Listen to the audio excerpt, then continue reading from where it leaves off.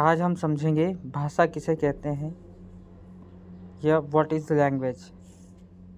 हम बात करें अगर भाषा की, तो जिसके द्वारा मनुष्य या जीव मात्र बोलकर, सुनकर, लिखकर, पढ़कर अपने भावों या विचारों का आदान प्रदान करता है, उसे हम भाषा कहते हैं। या दूसरे शब्दों में अगर कहें तो जिसके द्वारा हम अपने भावों को लिखित अथवा मौखिक या कथित रूप से दूसरों को समझा सकें और दूसरों के भावों को समझ सकें, उसे भाषा कहते हैं।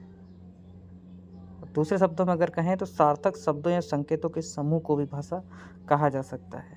इसी प्रकार अंग्रेजी भाषा में 26 अक्षर होते हैं जिन्हें हम अल्फ़ाबेट्स कहते हैं। जब हम इंग्लिश ग्रामर पढ़ रहे हैं तो इंग्लिश में इसकी परिभाषा क्या होगी वो पढ़ेंगे। By which a human being और a living being exchange thoughts or feelings by speaking, listening, writing and reading. In other words, by which we can explain our feelings to others in writing or spoken, and for and understand the feeling of others, that is called language. A group of meaningful word or saying is called language. Those there are 26 letters in English language which are called alphabets. So next,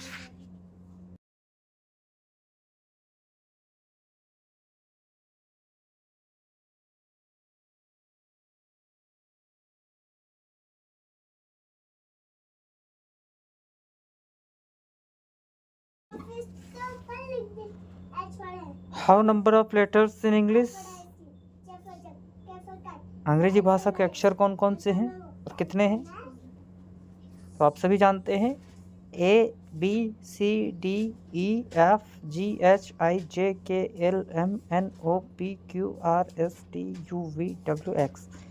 ये total 26 अक्षर है English language के, जिन्हें letter of English कहा जाता है। चलिए आगे हम बढ़ते हैं।